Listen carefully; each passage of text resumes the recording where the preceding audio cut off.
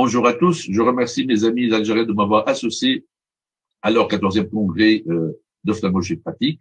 Et je vais vous parler des indices automatisés du Pentacam dans la détection du kératoplasme. Alors, nous allons parler de la tomographie qui facilite la détection du kératoplasme. Le Pentacam est le gold standard des tomographes. Et je vais rassembler les dénominations infracliniques, suspects et formes obscures du kératoplasme en pré-kératoplasme. La détection du kératoplasme infraclinique ou pré-kératoplasme nécessite des études statistiques, en fait, concernant les indices donnés par le Pentacam. Ces indices ont subi une évolution de par l'histoire, depuis les critères modifiés de Rabinowitz Maxwell en 89, en passant par ceux de Clyde Midday en 94, puis le KPI en 95, le CLEC en 98 de Wagner, le KISA, le fameux KISA de Rabinowitz en 99, du KSS en 2006 de Mac, en passant par le CLMI, le Clone Location Index, et le RSS en 2008. De tous ces indices, ce que retiennent les ophtalmologistes, c'est surtout le LIS et le KISA dans leur pratique courante. La topographie cornéenne classe 2 quantifie la surface antérieure donnée sur la courbure de la surface antérieure, en donnant des patterns que vous voyez ici et dont les formes asymétriques sont les plus douteuses. En revanche, la tomographie rotative Scheimpflug permet une reconstruction tridimensionnelle de l'ensemble de la cornée, y compris les surfaces antérieures et postérieures, en plus de la myriade de fonctions dans l'évaluation des cataractes, du message du glaucome et j'en passe. De tous les appareils sur le principe de Scheimpflug, je vais vous parler de Pentacam avec sa caméra rotative, dont la particularité est que son plan, les plans filmés de sa lentille, le plan de l'image.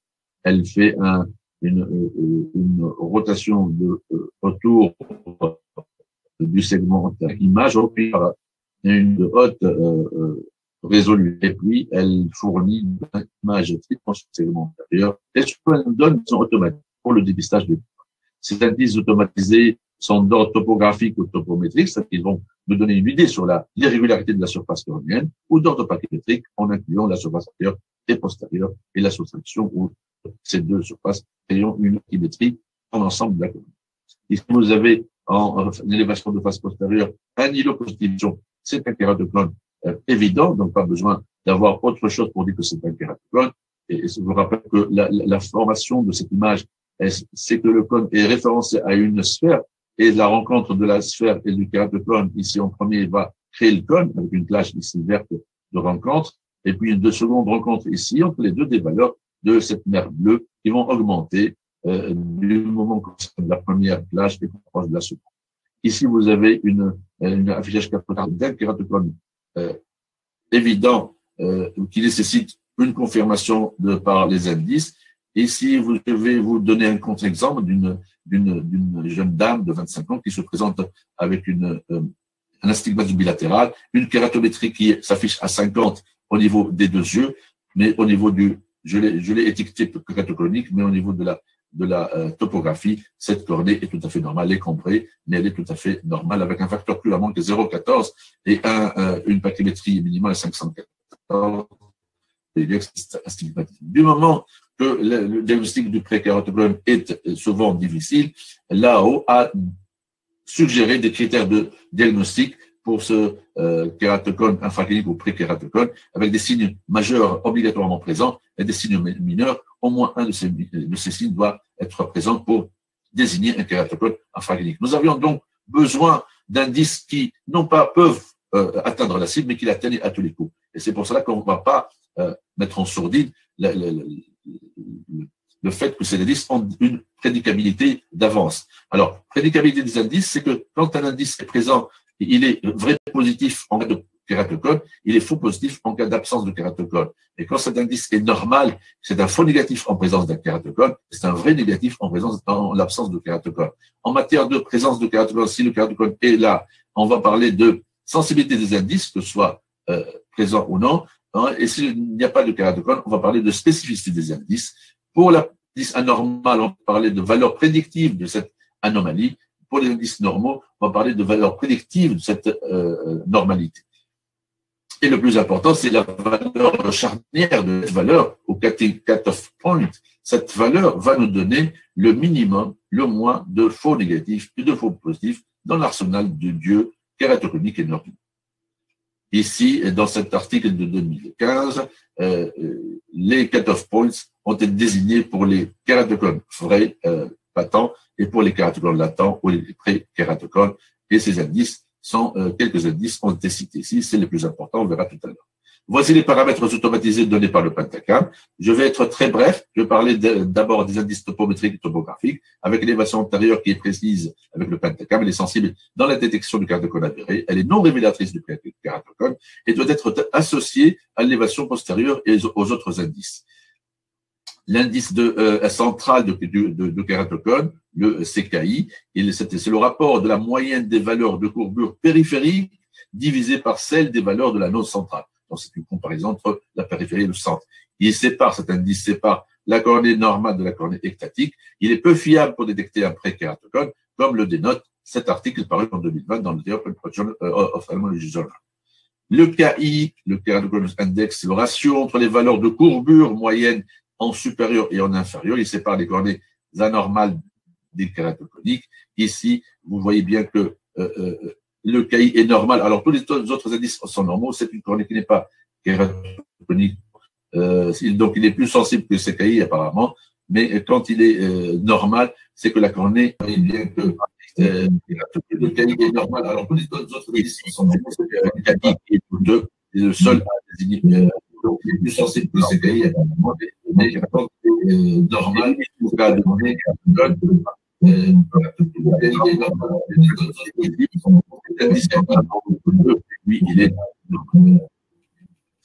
c'est l'indicateur de la décentration de l'IHD, c'est une estimation calculée de l'analyse de Fourier. Le degré de décentrement de l'élévation verticale calculé sur un rayon de 3 mm. Il est utile, cet indice, dans les modifications topographiques unilatérales. Il est efficace dans la comparaison des cornées normales et pré-kératoconiques. Voici un exemple d'asymétrie cornéenne sur la carte axiale sagittale face antérieure de ce jeune homme de 4 ans. Et vous voyez bien que seul l'IHD est anormal, c'est une cornée à surveiller. Et puis, cette jeune de 14 ans qui présente une aggravation de son astigmatisme après, ici en 2013 et ici en 2020, et seul l'IHD dénote cette asymétrie. Voici sa topographie de l'œil droit et la topographie normale de l'œil gauche. L'indice de la variation de la surface, l'ISV, c'est la déviation de la kératométrie par rapport à la valeur moyenne. L'ISV élevé en cas d'astigmatisme irrégulier, c'est l'expression de l'irrégularité de la surface. Il est très sensible dans la distinction entre kératocone et cornée normale. Est-ce le meilleur indice? Il est utile en tout cas dans le suivi du post-opératoire et dans la recherche de la progression de kératocone. Comme ici, vous avez un patient qui présente un astigmatisme avec un facteur Q de 0,88, une Kmax à 43, dans une cornée qui n'est pas cambrée, mais qui est quand même abrupte dans sa pente. Ici, c'est un kératocone, mais l'ISV nous donne une valeur normale. Alors que dans ce cas, vous avez l'ISV douteux et les kératocones qui est possible. Donc, c'est l'étude statistique des indices qui donne la valeur de prédicabilité de chaque indice. L'indice de la symétrie verticale, l'IVA, c'est le niveau de la symétrie de courbure par rapport au méridien horizontal. Il est très sensible dans la distinction entre kératocone et cornée normale. C'est un paramètre de diagnostic et à comparer avec le BAD-D qu'on verra tout à l'heure. Ici, l'IVA, qui est douteux, et désigne un kératocone possible. Donc, il est assez sensible dans la dissection de cornée normale et anormale. Ici, seul l'IVA est anormal. C'est un kératocone possible. Tous les autres sont normaux à part l'IHD. C'est celle qui désigne la symétrie cornéenne. Le R minimum, c'est la courbure sagittale minimale. C'est le rayon d'une sphère. Vous savez bien qu'il est et sa courbure sont inversement proportionnelles. Donc, le R minimum, ça veut dire que c'est le point de courbure maximum. Il sépare la cornée normale de la normale. Il y a des études contradictoires concernant sa validité. Il est utile dans le monitoring du LASIK. Ici, de tous les paramètres, seul le R est normal alors qu'il s'agit d'un kératocone même stade 2. Alors, est-ce un indice de valeur? Mais de toutes les manières, il sépare les cornées normales d'anormales. C'est des valeurs charnières. L'élévation postérieure, étudiée avec l'élévation antérieure, elle a été améliorée par l'ERS, par Belin. Cette élévation postérieure est, pour tous les ophtalmologistes, est évidente et utile et importante dans le suivi des modifications kératoconiques. Est-ce le premier élément dans l'apparition de l'anomalie kératoconique? Elle doit être étudiée avec la best-fit sphère, la best-fit sphère, ici avec l'ellipsoïde torique. Vous avez ici ce cône, donc nous avons vu cet îlot positif d'élévation. Ici, c'est une cornée d'un jeune de 20 ans qui est apparemment, elle est un petit peu asymétrique, mais ici, vous voyez sur l'élévation antérieure, il y a une impression d'incrustation d'un îlot. Ici, c'est une incrustation plus avancée. Je vous rappelle que les chiffres sont dans les normes et il faut céder dans ces cas-ci, bien que les indices sont normaux, il faut céder d'un autre élément pachymétrique qu'on verra tout à l'heure qui va révéler cette élévation postérieure et l'anomalie de cette cornée. Maintenant, on va parler de ces fameux indices pachymétriques. Ils sont dépendants tributaires de la carte pachymétrique. C'est l'image de la sévérité de kératocone. On peut parler d'ART, max, moyenne, de BED-D, le CCT, le PPI, le PRFI. Le BED-D, c'est le Belin-Ambrosio Display. Le CCT, c'est la pachymétrie centrale cornéenne. Le PPI, l'indice de progression de la pachymétrie. Le PRFI, l'indice de Forest randomisé du Pentaka. La pachymétrie centrale minimale, elle est utile dans la détection du kératocone. C'est un indice peu spécifique, il doit être considéré associé à d'autres indices. Il est utile dans l'évaluation, de l'évolution du kératocone. Ici, vous avez une pachymétrie minimale à 459 avec un vrai kératocone. Et ici, une pachymétrie à 442 avec une cornée juste cambrée. Normal. Non kératoconique. La pachymétrie centrale cornéenne, c'est un indice historique de base pour désigner les cornées fines. Il a perdu de son importance devant d'autres indices plus sensibles. Depuis 2003, il a été amélioré par le profil spatial de la pachymétrie, et c'est mieux d'avoir une courbe qu'un seul point. C'est une courbe qui va désigner la progression spatiale du profil de la pachymétrie à partir du point le plus fin. Ici, et l'étude se fait dans les 6 méridiens, 6 mm centraux. Et ici, vous avez les indices pachymétriques normaux ou anormaux. On va les détailler, surtout l'Artemax. Ici, l'IPP. Ici, vous avez un kératocone avec une pachymétrie minimale à 312. L'indice de progression pachymétrique, l'IPP, le PPI, pardon, c'est la modification de la pachymétrie calculée sur 360 degrés. On peut parler surtout du PPI moyen.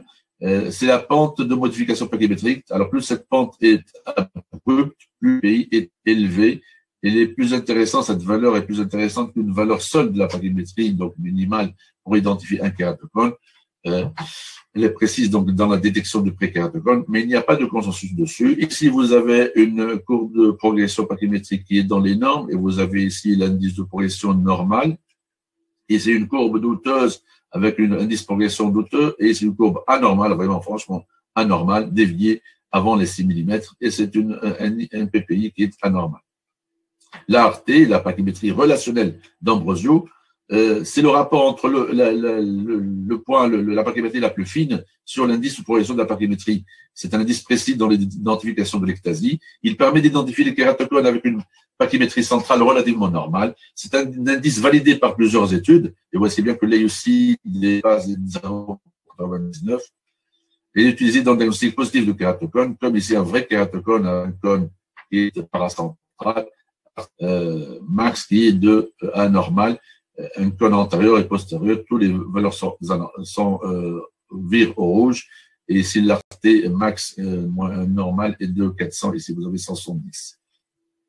L'indice aléatoire de Forest pour le Pentaka, c'est un indice qui utilise l'intelligence artificielle, il est statistiquement plus sensible que le BAD, il améliore le diagnostic de l'ectasie cornéenne, il est associé aux paramètres biomécaniques cornéennes, il est peu utilisable en pratique courante. Le BAT10, c'est l'indice le plus utilisé en pratique courante. C'est un ensemble d'indices, en fait, tomographiques et topométriques. Il aide à la décision excimaire. Il permet de redouter des prékératocones. C'est de tous les indices D fournis, c'est seul l'indice D final est pris en compte. C'est la combinaison de valeurs pachymétriques et de courbures. Et c'est le meilleur indice à penser en les cornées normales, la cornée anormale, surtout pour les candidats excimaires. Il est parmi les meilleurs indices de détection de prékératocone. Comment on a eu l'idée d'avoir cet indice? Vous savez bien que quand on trace notre best fit sphère, elle est la moyenne de toutes les élévations fortes et faibles de la cornée. Elle sous-estime a fortiori, donc de facto, elle sous-estime la valeur du cone. Et on s'est dit, pourquoi ne pas exclure cette partie de la carte d'élévation, refaire le calcul de la best fit sphère sans cette zone entourant le point le plus fin. C'est ce qu'on appelle les surfaces de référence améliorées ou Enhanced Reference Surface de RS. Et puis, on va faire la différence, calculer la différence entre cette BFS et l'élévation ici au niveau du cône. Ceci va nous permettre de mieux estimer la cornée normale et de mieux révéler le cône anormal. Et on passe de cet affichage-là avec un cône à peine visible vers cette zone-là où le cône est mieux visible. Avec ici, vous voyez bien le cercle qui entoure la zone d'exclusion utilisée pour les calculs de l'ERS.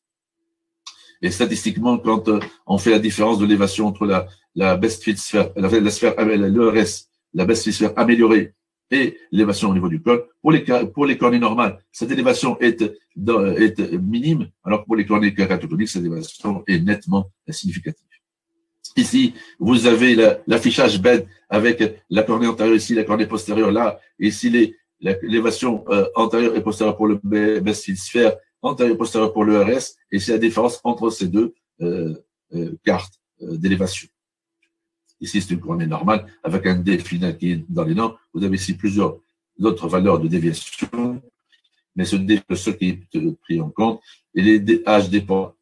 Les autres valeurs sont la déviation de l'élévation antérieure moyenne et postérieure moyenne, DF, DB. DP, c'est pour la pachymétrie moyenne, progression de la pachymétrie moyenne. DT, c'est pour la pachymétrie la plus fine moyenne. DY pour le déplacement moyen du point le plus fin le long du méridien vertical. DA, c'est la déviation standard à partir de l'arté moyenne. Enfin, le D final. Ici, vous avez une cornée, donc astigmate, vous voyez, astigmate, avec une carte qui est normale. Toutes les valeurs sont normales. Ici, une carte vraiment anormale, avec des valeurs qui virent au rouge. Je vous rappelle que les valeurs virent au rouge quand ils sont supérieurs à 2.6 et ils virent au jaune quand la valeur ici est supérieure à 1.6. Ici, c'est un cône antérieur. La surface postérieure ne révèle pas de cône de différence anormale.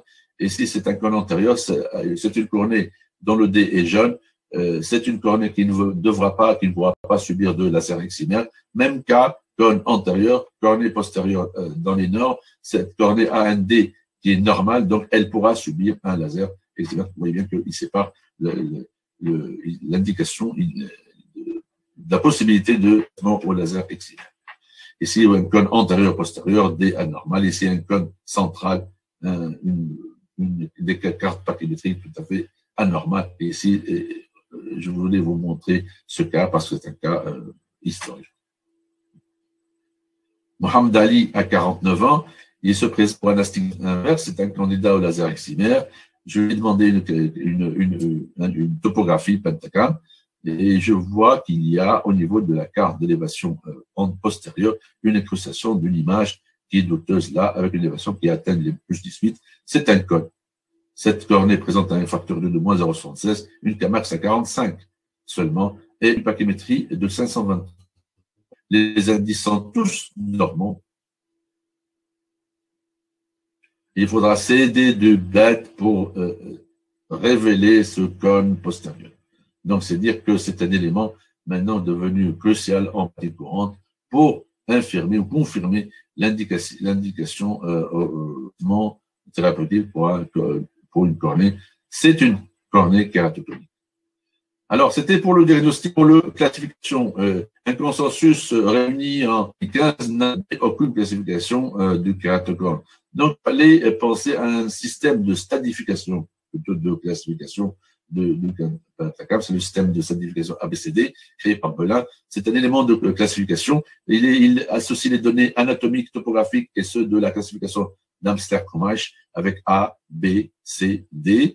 En plus de l'état cornéen, il est indépendant du pentagramme et il est utile dans la détection rapide du prékératocone et dans le suivi de l'évolution et de l'évaluation d'un traitement donné à cette cornée. La classification de l'Amster, la voilà, elle ne tient pas compte de la cornée postérieure, elle ne tient compte que de la cornée antérieure avec ses 4 stades. Et ABCD, ça veut dire élévation antérieure, B, élévation postérieure, C, pachymétrie et D, acuité visuelle corrigée de loin. Donc ce système ABCD rajoute à la classification d'Amster-Combach un stade de 0, puis tous les autres éléments sur la face postérieure, la pachymétrie et l'acuité visuelle.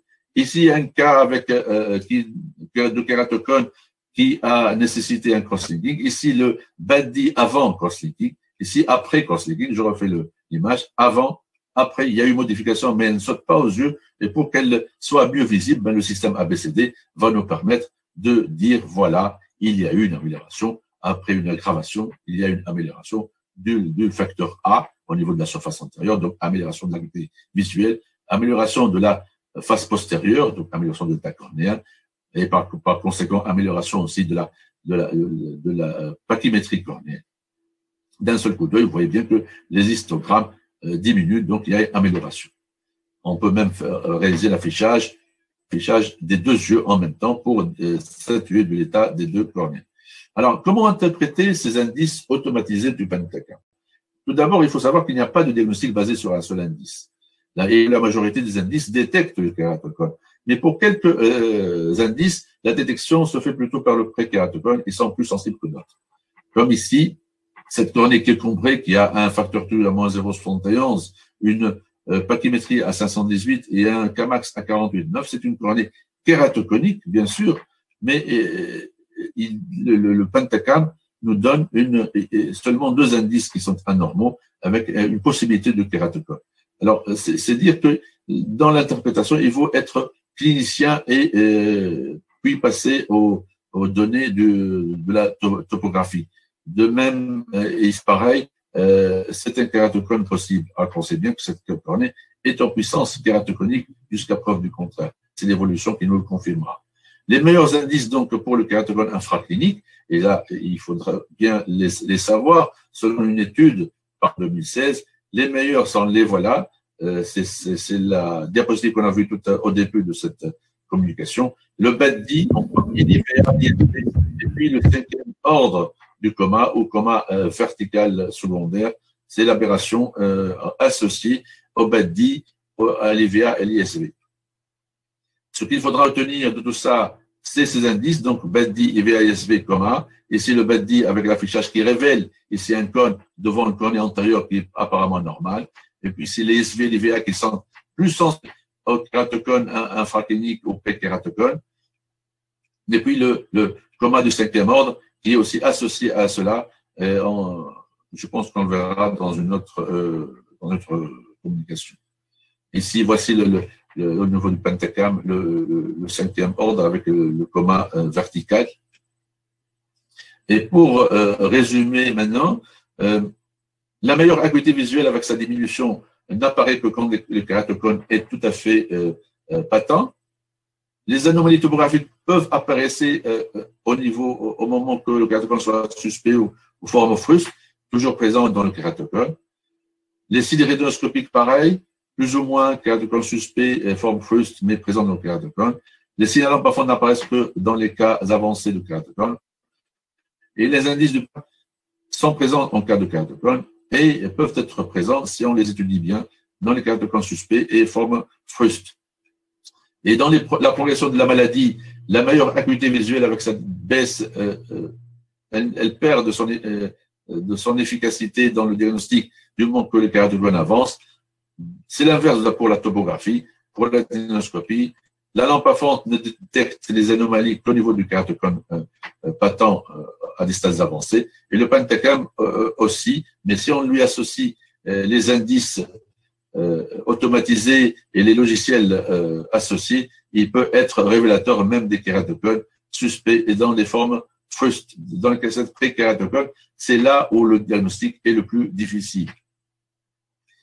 Nous sommes donc des cliniciens avant tout, et notre région maghrébine présente souvent des cornées fines qui ne sont pas kératogoniques pour autant. Il faudrait en plus, néanmoins, être plus sensible aux anomalies des indices, surtout chez les enfants. C'est comme ici une aggravation de la face postérieure qui nécessite un cross-linking d'urgence. Donc, il faut entreprendre rapidement un traitement stabilisateur d'ectasie au moindre doute.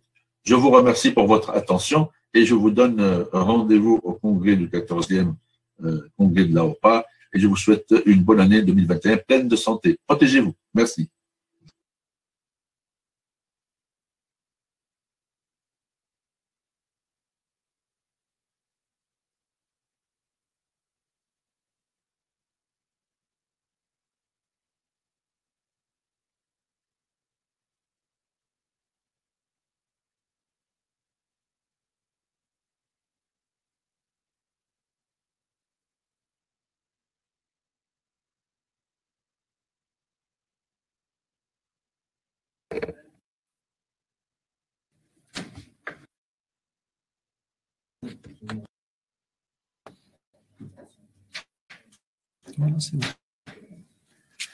Docteur Gressa, bonjour. C'est Docteur Mahfoudi au micro.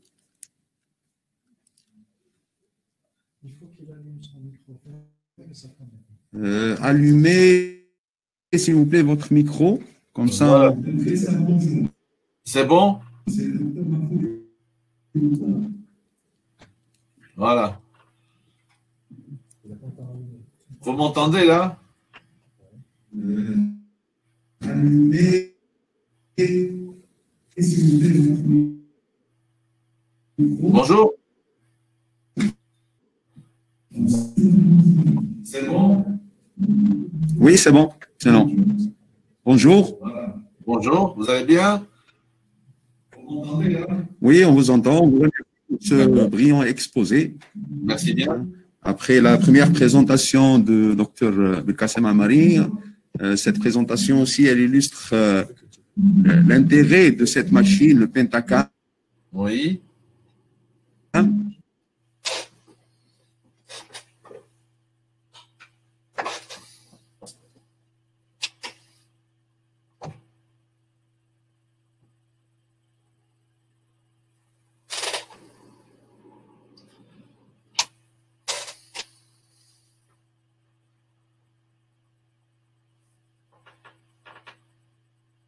Je pense que le son a été coupé.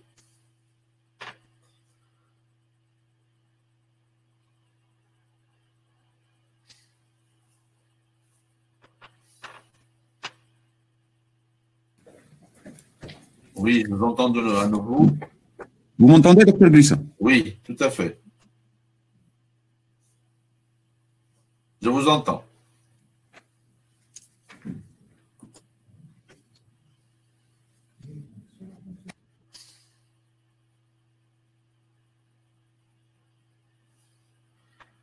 J'attends vos questions. Est-ce qu'il y en a? Merci. À vous la parole. Alors, juste je voulais faire deux remarques. C'est que dans un souci pour garder un petit peu de temps pour les discussions, je me suis contenté de citer, d'énumérer les indices sans pour autant rentrer dans les détails du comment calculer ces indices. Sinon, ça nous aurait pris au moins 2 minutes par indice, donc 40 minutes de plus.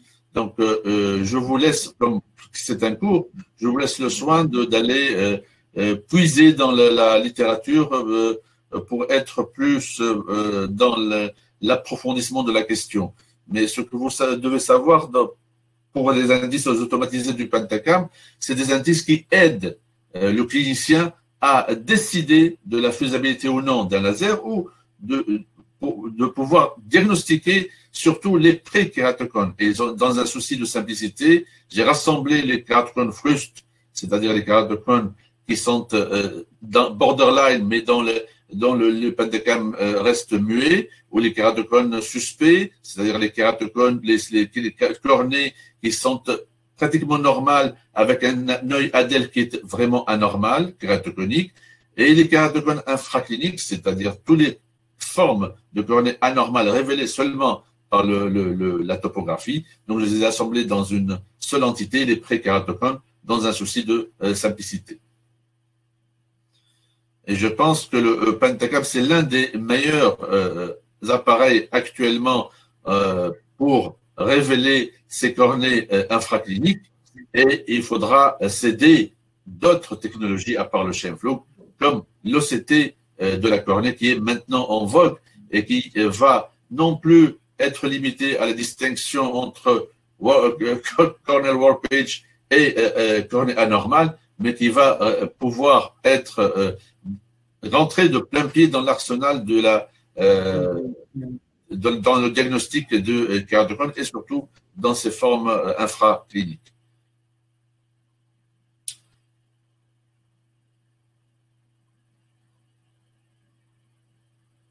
Vous m'entendez?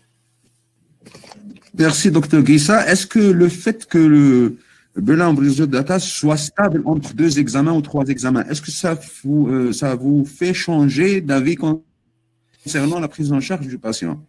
Je ne vous cache pas que j'exige au moins la répétition de 2 à 3 fois l'examen chez les enfants de moins de 8 ans. Parce que c'est des enfants qui parfois ne fixent pas bien ou n'arrivent pas à fixer de façon adéquate et nous donnent toujours de toutes les manières, le Pentacam le dit, il y a une case où il dit que la prise a une qualité suffisante ou pas. Répéter les examens en cas de doute, oui, mais surtout dans la pratique courante quotidienne d'un clinicien qui se trouve dans son cabinet, renvoyer le patient pour faire un autre examen, c'est pas aussi évident que ça.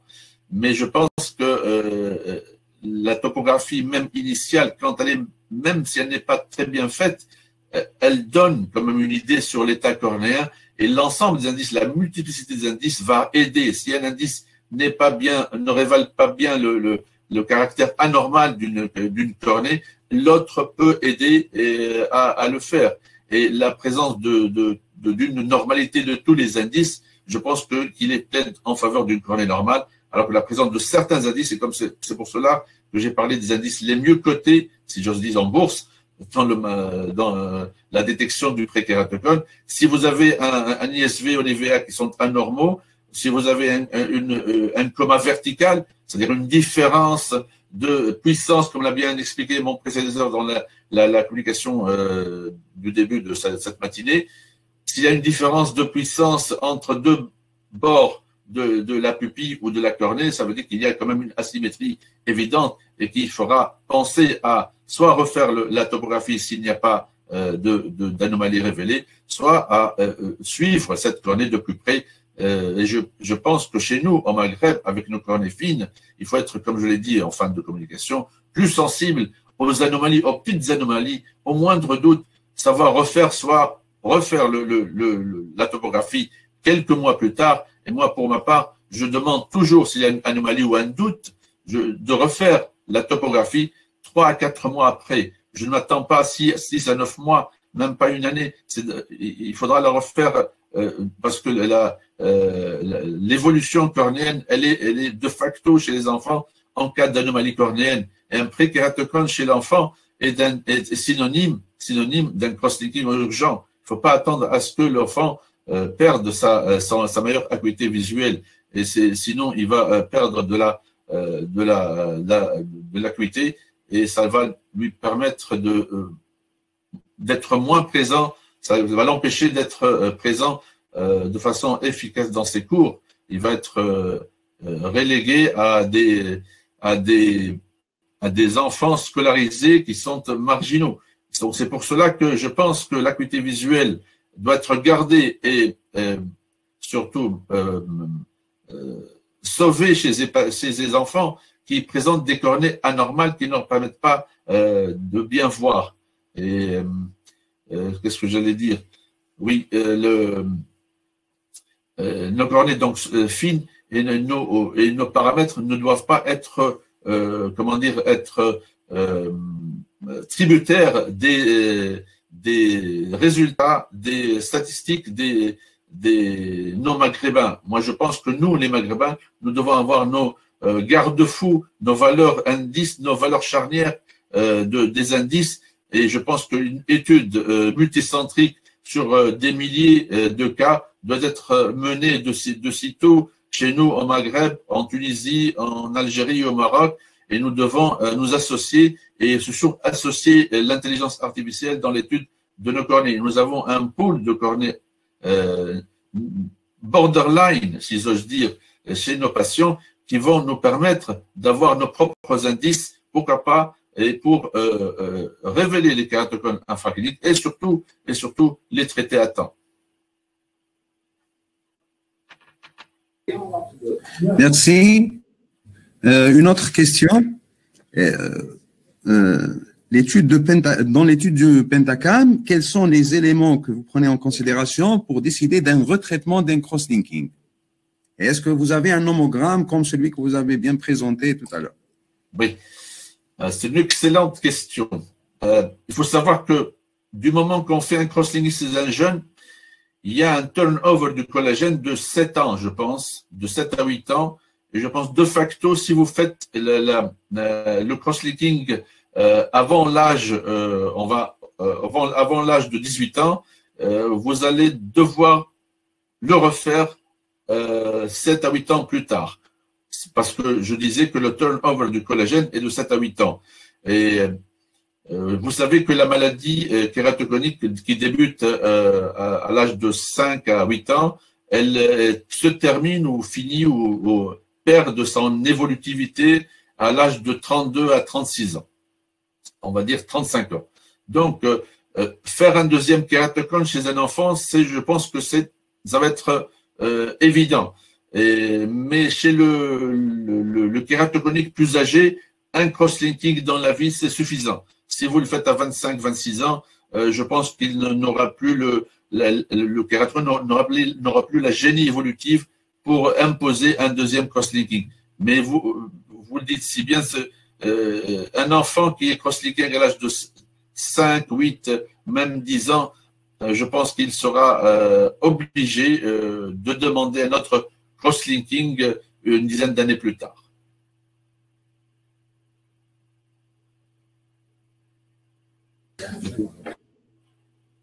Merci beaucoup, Dr Grissa. Merci beaucoup. Merci, cher ami. On vous remercie pour votre disponibilité. On vous souhaite un excellent week-end, une bonne journée. C'est moi qui vous remercie. Et je vous souhaite une bonne santé, surtout, et un congrès présentiel l'année prochaine.